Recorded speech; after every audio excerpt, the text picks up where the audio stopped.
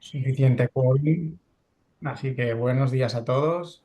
Bienvenidos un día más a la plataforma de formación continuada por diagnóstico y tratamiento de la imagen. Hoy nos acompaña Joan Perelló, residente ya R4 del Hospital Universitario Dr. Josep Trueta, y nos va a hablar sobre la restricción cortical en la difusión. No es infarto todo lo que reluce, como parte del curso de radiología esencial. Recordad que podéis dejar las preguntas en el chat y las contestaremos al final de la sesión. Perfecto. Cuando quieras, Joan. Vale, gracias, Diego. No sé si veis bien mi presentación. Perfecto. Súper. Pues nada, gracias por la presentación, Diego. Efectivamente, os hablaré del patrón de restricción cortical. He dividido mi presentación en estos apartados. Vale, porque cuando empecé a leer sobre el tema me di cuenta que había una serie de conocimientos básicos de técnica y de fisiopatología que no tenía tan claros como me gustaría y pensé que sería interesante pues, también repasarlos para esta sesión. Poco a poco iremos llenando el esquema de la presentación. Vamos a empezar con el primer apartado. Y he querido explicar un poco las bases físicas del estudio de difusión porque me parece interesante exponerlo un poco también porque nos sirve para entender después la fisiopatología de muchas de las entidades que veremos.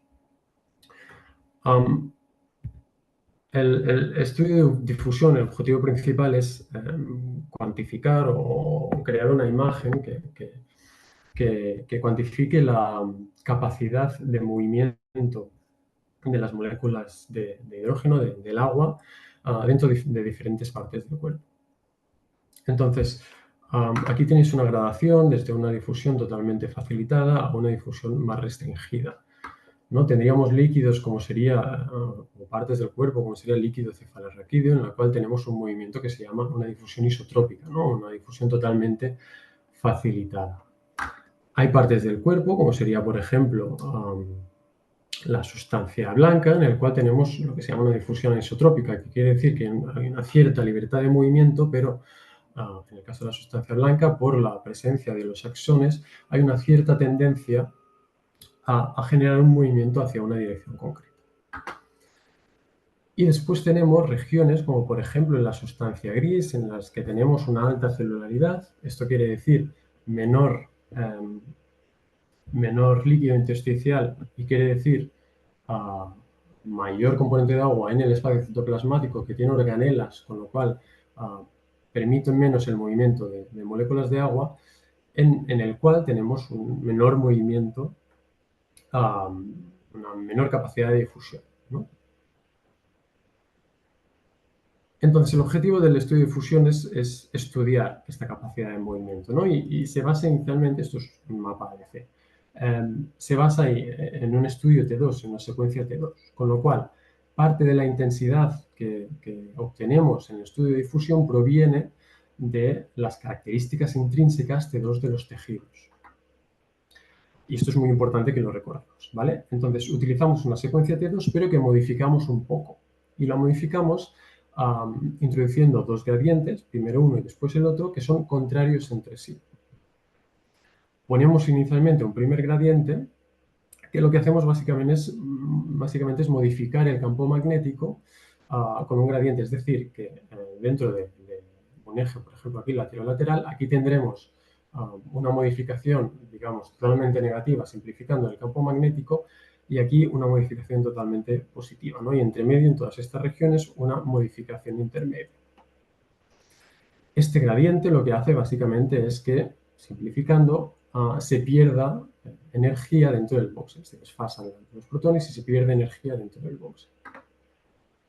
Posteriormente hemos dicho que introducimos un gradiente totalmente contrario, con lo cual una misma región habrá recibido primero el gradiente 1 y después un gradiente totalmente contrario, con lo cual lo que hacemos es que aquellos protones que no se hayan movido, que hayan recibido el mismo gradiente exactamente, pero contrario, recuperen su energía. En cambio, aquellas moléculas que inicialmente estaban en una localización y al cambiar, al tiempo que dejamos de poner, para poner el segundo gradiente, se han movido, no reciben exactamente el mismo gradiente contrario, con lo cual no recuperan toda la energía. Esto hace que en aquellas regiones donde las moléculas no se mueven y con lo cual reciben dos gradientes contrarios secuencialmente, nos den una mayor señal en el estudio de difusión. En cambio, aquellos tejidos en los cuales hay una difusión facilitada y las moléculas se han movido, no recuperan su energía al recibir un gradiente diferente y no nos dan tanta señal. Esto simplificando son las bases del estudio de difusión y hemos dicho se basa en parte a la capacidad de difusión de los tejidos, pero también en parte a basarse en un T2 en las características intrínsecas T2 del tejido. El famoso valor de B básicamente lo que nos indica es la intensidad del gradiente que hemos puesto.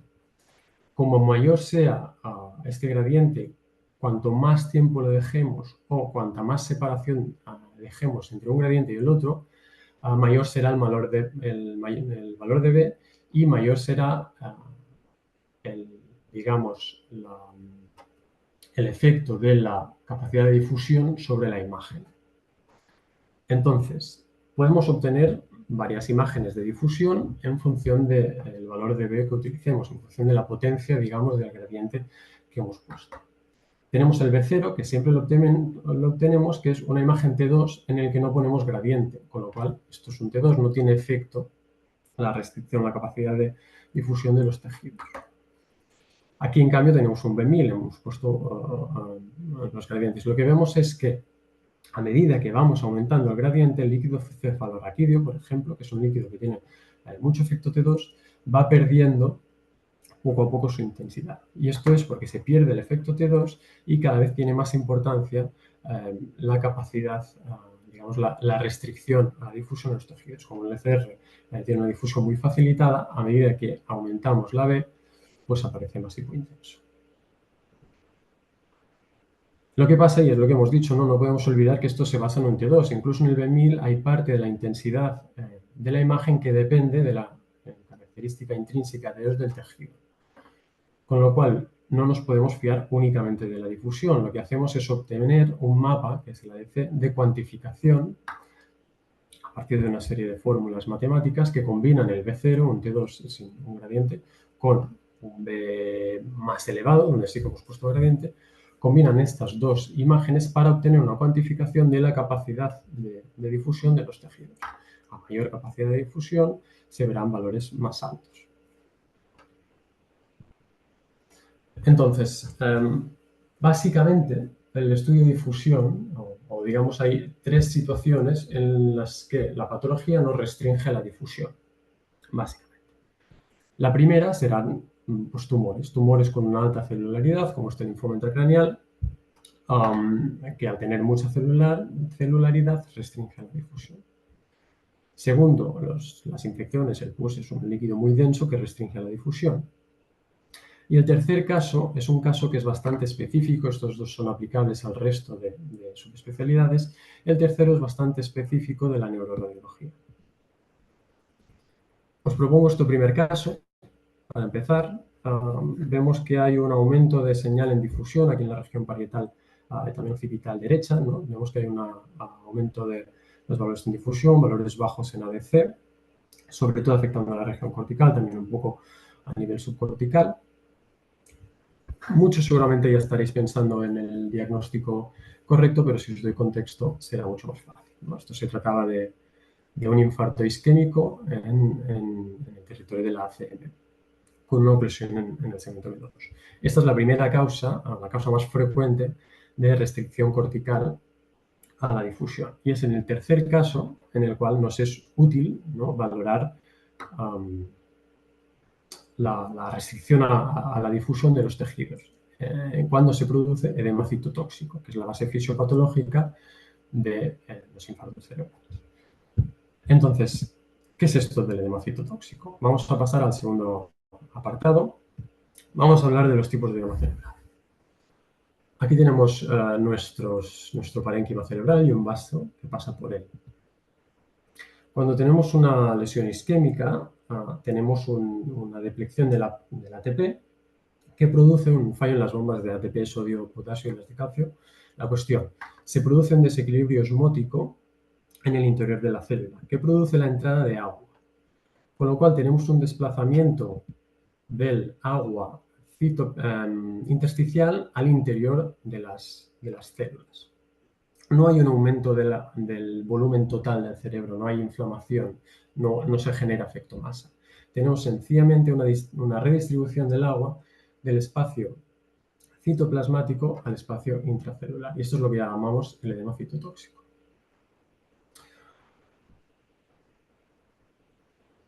El espacio intracelular está lleno de organelas, con lo cual las moléculas de agua no se mueven tan libremente como el espacio intersticial. Y esto se traduce en la imagen como una restricción a la difusión. Este fenómeno, sobre todo, se produce en los astrocitos. El edema citotóxico aparece primeramente en el córtex porque, primero, es un tejido metabólicamente más activo y, segundo, porque tiene mayor densidad de astrocitos. En el contexto de un ictus isquémico, esto se produce por una deplección del ATP y un fallo de las bombas, pero también este mismo proceso se puede iniciar por un fallo, por una deplección del ATP por otros motivos o incluso por neurotoxinas, como por ejemplo el glutamato, que ya veremos que será importante. El otro tipo de edema que muchos conoceréis es el edema vasogénico. En este lo que tenemos es una lesión de la barrera hematoencefálica, que es la barrera que permite una cierta independencia entre el plasma sanguíneo y el espacio intersticial. Tenemos una rotura de esta barrera, con lo cual salen macromoléculas y agua del plasma al espacio intersticial, aumentando el espacio intersticial. El espacio intersticial es un espacio que tiene una cierta facilidad para el movimiento de las moléculas, con lo cual lo que vemos es una imagen, difusión facilitada, con un aumento de la señal en T2 y en FLAIR y una hiposeñal en T1 típica del líquido. Teóricamente, esto se produce más en la sustancia blanca, más que en el córtex, porque en la sustancia blanca hay menor densidad, con lo cual menor presión y es más fácil que la presión hidroestática del vaso facilite la salida de líquido, ¿no?, que en el córtex. Teóricamente, al aumentar la presión del espacio citoplasmático, aquí pensemos que hay un aumento total del volumen del parénquima cerebral, hay efecto masa, hay engrosamiento, hay inflamación. Teóricamente, esta presión podría llegar a superar la presión de los capilares y llegará a producir una isquemia y, por tanto, un edema citotóxico, ¿no? Pero bueno, dejando esta parte, volvemos a la fisiopatología del ictus y volvemos al edema citotóxico. El edema citotóxico produce una alteración también osmolítica del espacio citoplasmático y a la larga, por activación de una serie de cadenas bioquímicas, producirá también una rotura de la barrera hematoencefálica, con lo cual también se producirá a la larga una salida de macromoléculas y de líquido al espacio intersticial, provocando además, aparte del edema citotóxico, edema vasogénico. Y esto pasa en los ictus que vemos cada día. Pero igualmente quiero que os quedéis más con los conceptos básicos del edema citotóxico y el edema vasogénico. Esto que hemos hablado de la fisiopatología del ictus isquémico, con inicialmente un edema citotóxico que restringe la difusión y posteriormente aparición progresivamente de edema vasogénico, lo vemos en nuestro día a día, ¿no? Muchos sabréis que si cogemos un infarto en su estadio hiperagudo muy precoz, vemos lo primero que aparece es la restricción a la difusión, el edema citotóxico, y en cambio no tenemos tanta hiperseñal T2 FLAIR porque aún no se ha instaurado el edema vasogénico. Tampoco vemos efecto masa porque no hay un aumento del volumen parenquimatoso en el edema citotóxico. En cambio, a medida que se instaura el edema vasogénico, vemos cada vez más efecto masa y más hiperintensidad en T2 FLAIR.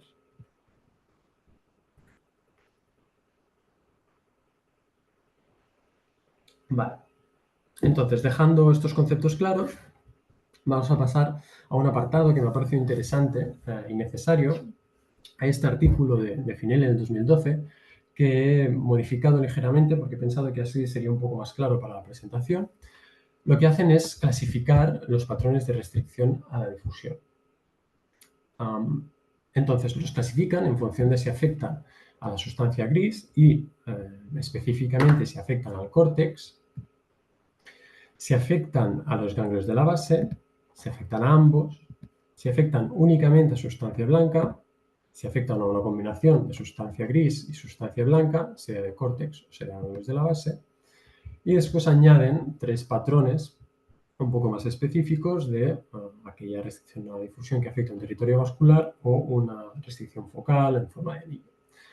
Y para cada uno de estos patrones nos propone el diagnóstico diferencial. Aquí os lo he puesto un poco pequeñito, pero si queréis consultar, podéis ir al artículo, que es muy interesante. Entonces hoy, nos vamos a limitar a hablar de aquellas patologías que nos dan un patrón de restricción a difusión que es cortical. Entonces, la primera causa, el primer grupo de causas son las isquémicas, ya lo habíamos hablado, y sobre todo las arteriales, ¿no? Pero veis que hay otro recuadrito. Y os ofrezco este caso, a ver qué os parece. Quedó muy artefactuado, pero ahora veréis cuando aparece la región más superior.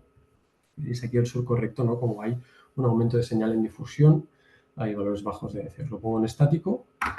Vemos aquí este aumento de señal en difusión con valores bajos de la EC. Vemos además como hay una hiperseñal en el FLAIR, vemos un engrosamiento del surco.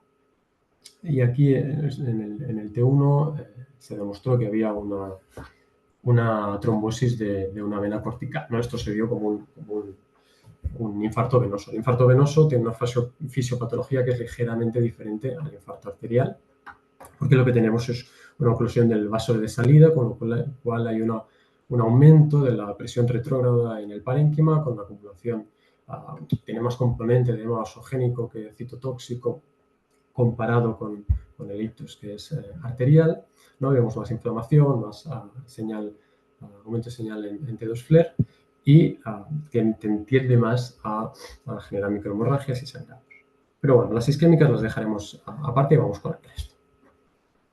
Pasamos al segundo bloque de patologías. Os propongo estos dos casos. Aquí a la izquierda veis este caso, veis un aumento de señal que es bilateral, en difusión, que es bilateral, que es muy difuso, que afecta sobre todo a las regiones corticales. Aquí preserva un poco esta región frontal, afecta también, si veis, a los ganglios de la base, a la región hipocampal, y asocia valores bajos de ADC, ¿no? Vemos una restricción a la difusión que es muy difusa, bilateral. Aquí a la derecha, en cambio, lo que vemos es, primero vemos aquí lo que parece una lesión extraxial, ¿no? Tiene una hiposeñal en difusión y en cambio vemos que tiene valores altos en ADC, con lo cual tiene difusión facilitada. Si os fijáis, se comporta exactamente igual que el líquido cefalorraquídeo. Esto es un quiste aracnoideo, este paciente ya se sabía que tenía un quiste aracnoideo.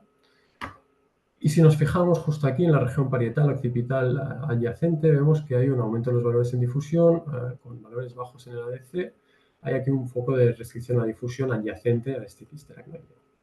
Os doy contexto y ya pasará a ser mucho más fácil llegar al diagnóstico. Esto es una paciente que estaba de vacaciones, se encontró mal mientras estaba nadando en el mar y se ahogó. Tras 30 minutos de RCP, llegó a nuestro hospital intubada, totalmente inconsciente, y esta fue la resonancia que se hizo posteriormente, ¿no?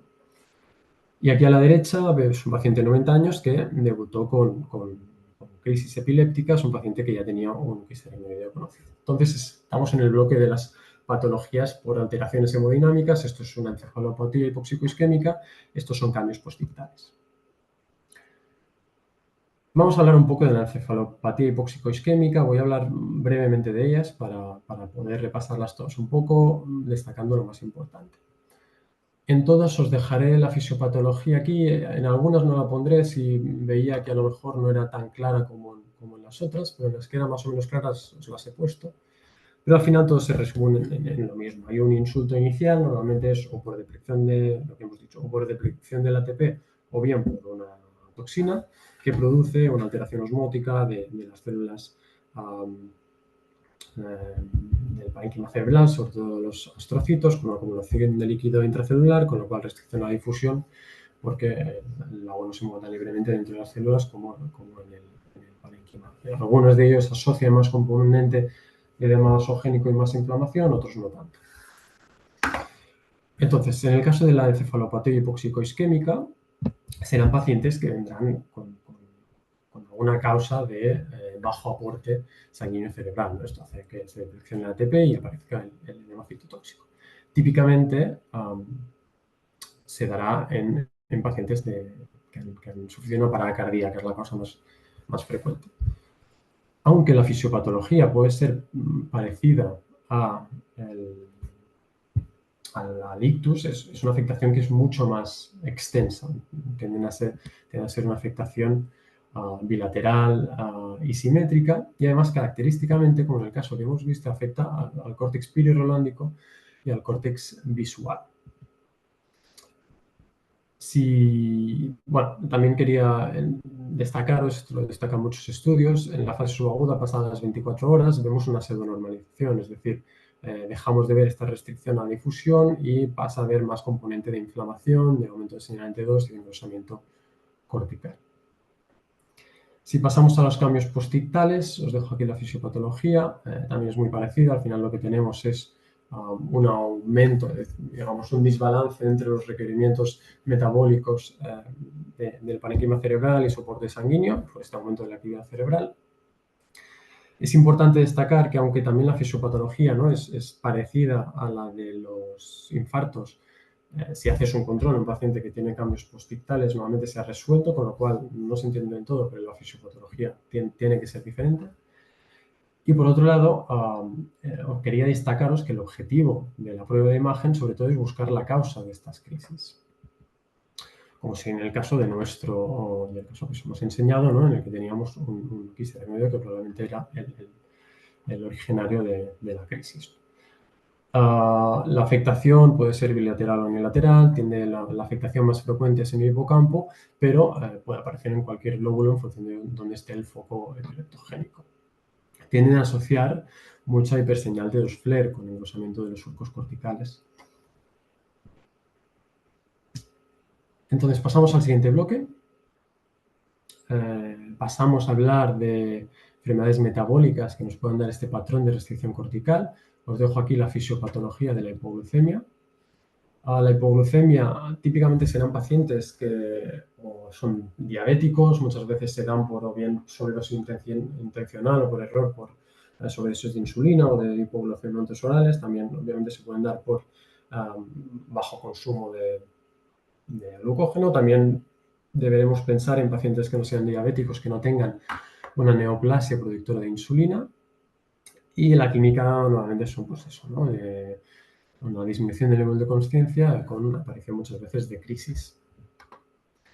La fisiopatología pues es un déficit, simplificando, es un déficit de glucosa que produce un déficit de ATP, con lo cual esta fisiopatología un poco que hemos comentado, ¿no? La afectación es bilateral y simétrica y tiende a afectar sobre todo de regiones parieto-occipitales, con afectación a menudo del hipocampo y también de los ganglios de la base. Además también asocia normalmente un aumento de la intensidad de los FLAIR y inflamación. La hiporemonemia se dará en el contexto sobre todo de insuficiencia hepática, típicamente en pacientes cirróticos con hipertensión portal, pero también se puede dar en cualquier causa de fallo hepático agudo, sea una hepatitis vírica, sea una insuficiencia hepática aguda por otra causa. Y básicamente la causa fisiopatológica es que hay una acumulación de amonio que el hígado no está limpiando del plasma sanguíneo. Este amonio se convierte en glutamato y el glutamato funciona como una neurotoxina, dañando los astrocitos y produciendo edema citotóxico.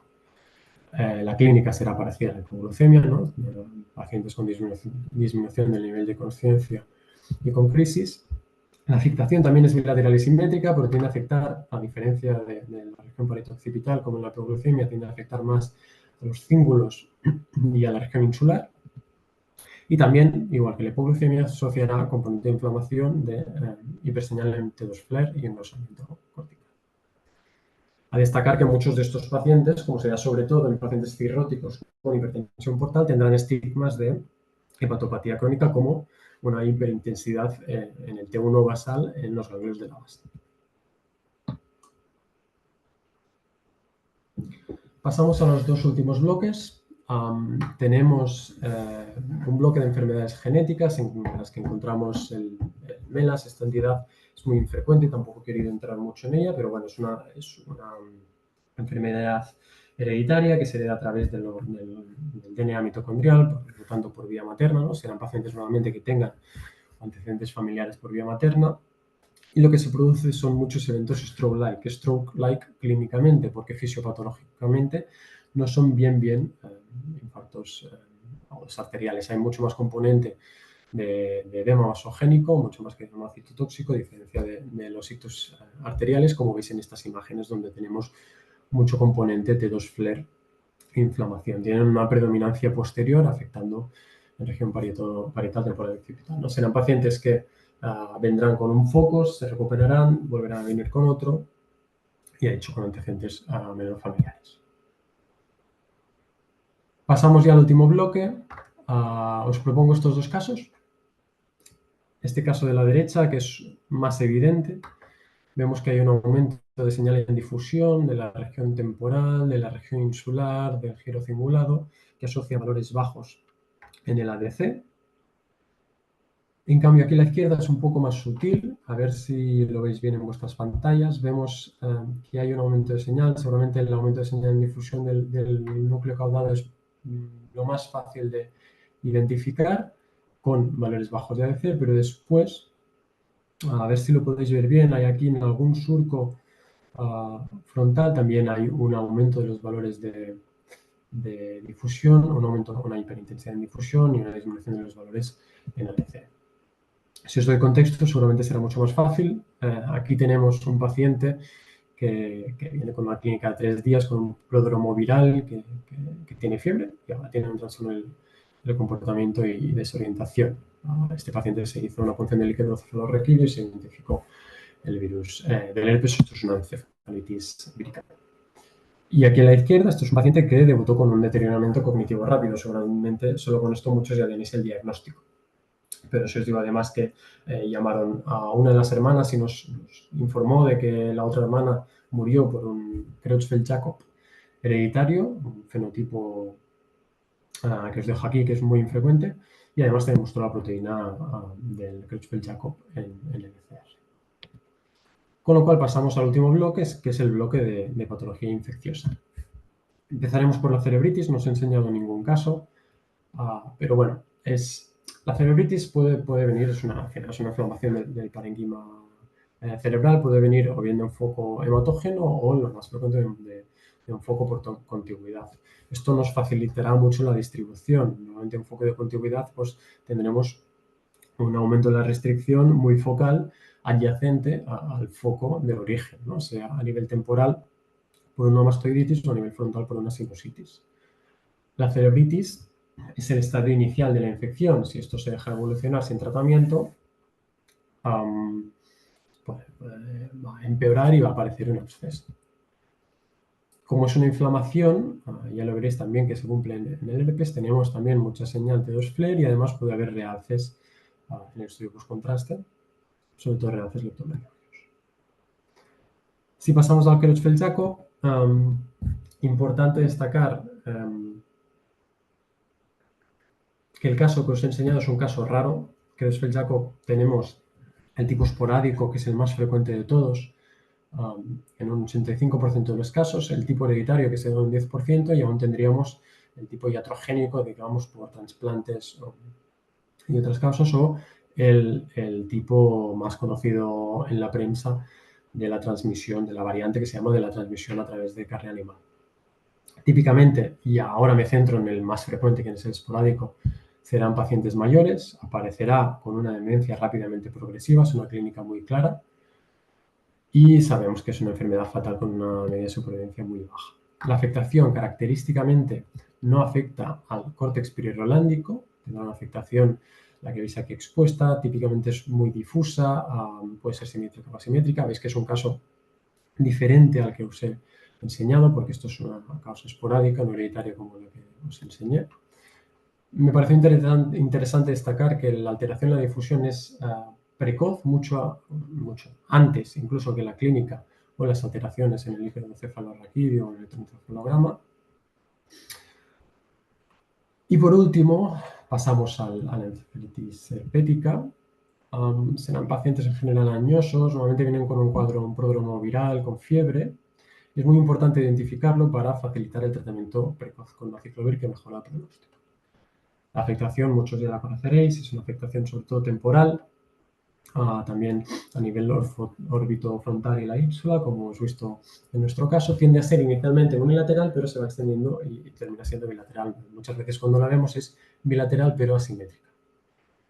No afecta típicamente a la sustancia blanca ni tampoco a los ganglios de la base y asocia, como hemos dicho en la cerebritis, que es una inflamación, mucho efecto T2 flare, mucho engrosamiento cortical y además puede tener realces en estudio post-contraste. Entonces ya hemos completado todo el esquema, hemos completado todas las patologías. Haremos un resumen rápido que creo que tengo unos minutitos para aclarar un poco de ideas. Las isquémicas hemos dicho que las dejamos aparte. La encefalopatía hipoxicoisquémica serán pacientes que vendrán pues con una braca o con normalmente con una reanimación cardiopulmonar muy larga, ¿no? A menudo serán pacientes que han sufrido lo más habitual una parada cardíaca. Será una afectación muy difusa, simétrica, es una afectación que afecta de forma igual a todo el cerebro. Típicamente la afectación perirolándica y visual y también en ganglios de la base hipocampal y asociará un cierto componente de inflamación en T2 flare. Cambios postictales serán lo más frecuentes a nivel hipocampal, pero podéis tener un foco epileptogénico concreto en un punto, ¿no? Como en nuestro caso del quiste aracnoidal. Muy importante que el principal objetivo de la prueba es identificar si hay un foco epileptogénico. Además, pueden asociar también reacción postcontraste. La hipoglucemia, típicamente pacientes diabéticos que o por intento autolítico o por error se han puesto más insulina de la que toca o se han tomado más hipoglucemiantes, también tumores, también por falta de toma de glucosa. Pacientes con disminución de nivel de conciencia, que sufrirán crisis, y hay tres patrones, esto lo he especificado antes, el patrón cortical de sustancia gris, que sería un poco el que hemos comentado, hay un patrón que también puede ser de sustancia blanca o un patrón mixto. La hiperamonemia típicamente serán pacientes con fallo hepático, pacientes que normalmente serán más bien hepatópatas crónicos con hipertensión portal, pero también se puede dar el fallo hepático agudo. Afectación insular en cíngulo y en ganglios de la base. Además, veremos, esto es un error, una hiperintensidad en T1 en los ganglios de la base que es por depósito de manganesio, no de amonio, ¿vale? Hiperintensidad en T1. La encefalitis herpética, pacientes añosos con fiebre, con un pródromo vírico, afectación típicamente temporal y en la ínsula inicialmente unilateral, seguramente cuando lo veamos bilateral asimétrico y puede asociar realce postcontraste, aumento del T2 flare, engrosamiento igual que la cerebritis.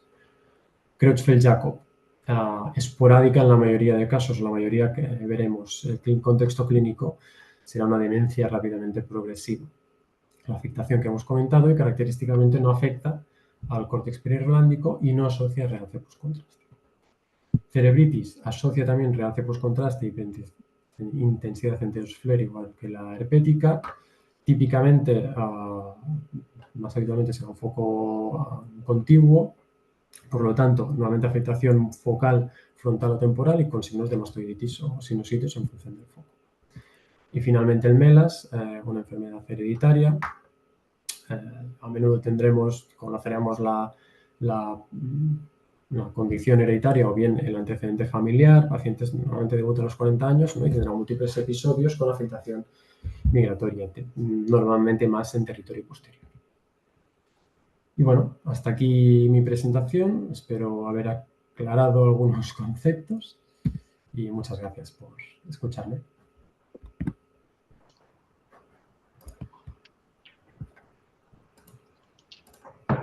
Muchas gracias, Joan. La verdad que excelente presentación con estos esquemas y estas animaciones. Te felicito. Em, Veo aquí que tenemos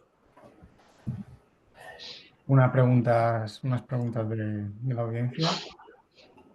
Em, Te pregunta Arturo Isaac Zamudio Gama. En lesiones de esclerosis múltiple, ¿cada cuánto se debe repetir una resonancia magnética? Bueno, la esclerosis múltiple hace un patrón más de sustancia blanca, que honestamente no me he mirado tan extensamente. No sé si alguno de los expertos podrá ayudarme en la respuesta.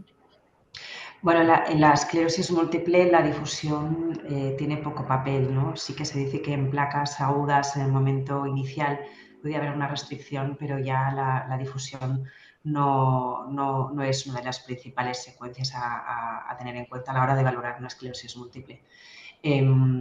Los controles, bueno, pues depende del tipo de esclerosis múltiple, ¿no? Y de la actividad de las placas. Es que esto es un concepto ya más clínico, ¿no? Depende del tipo de esclerosis múltiple y de la evolución que esté llevando y del tratamiento y del riesgo del MP. O sea, bueno, depende. Es un factor más clínico que no radiológico, el periodo de los controles.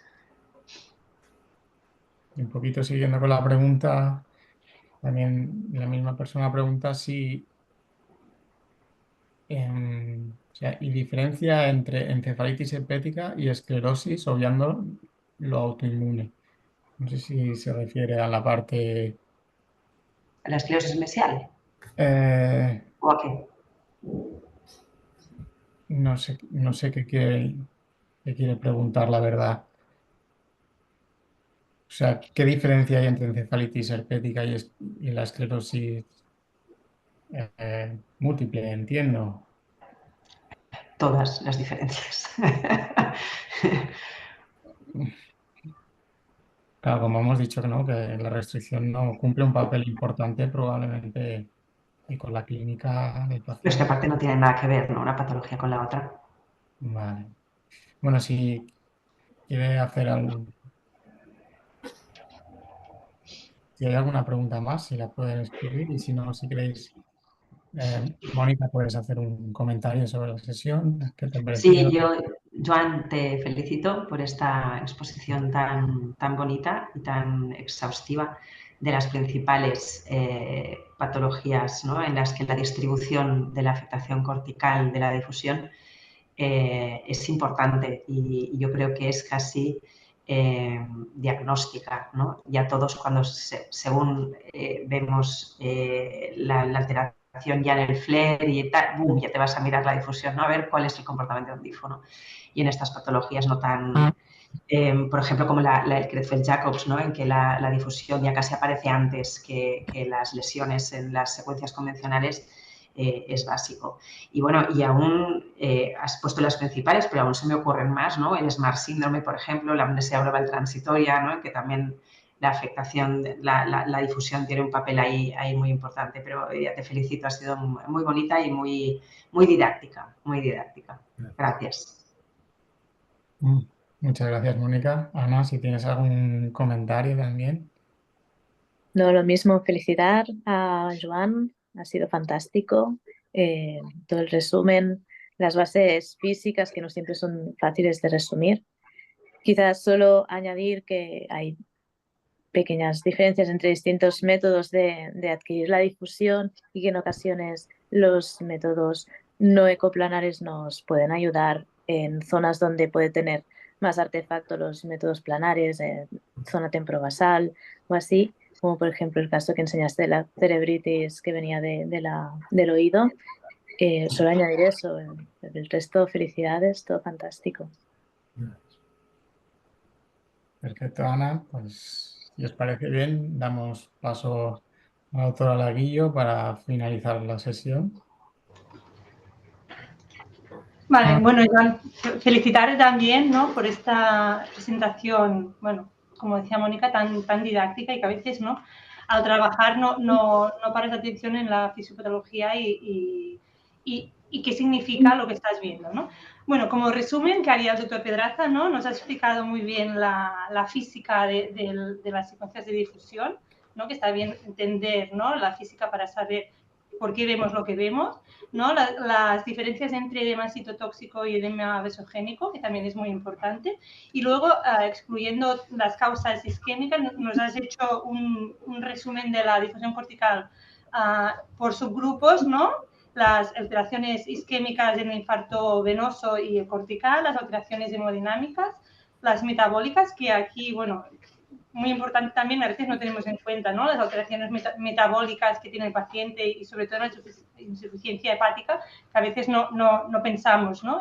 En que pueden dar también alteraciones corticales de la difusión, las genéticas y las infecciones, ¿no? Bueno, destacar también el papel importante, ¿no? de la difusión en el Creutzfeldt-Jakob, ¿no? Que a veces ves la alteración previo a los síntomas, ¿no? Que a veces esto también pasa, ¿no? Sugieres, puede ser, y el paciente aún no está tan mal como ¿no? terminará estando, ¿no? Entonces, es un papel muy importante porque puede ser un poco predictor, ¿no? Bueno, pues todo esto que es muy importante en la neuroradiología y muchas cosas más, como decía Mónica, ¿no? Que también está involucrada la difusión porque realmente está en todos los protocolos y en todos los pacientes, es importante. Bueno, te felicito por este resumen tan bueno que has hecho. Perfecto, pues muchas gracias a todos. Si queréis, damos por finalizada la sesión. Tenemos más preguntas en el chat. Así que gracias por la colaboración y bueno, nos vemos mañana. Que vaya Gracias. el día. Vale. Muy bien. Adiós. Gracias, adiós.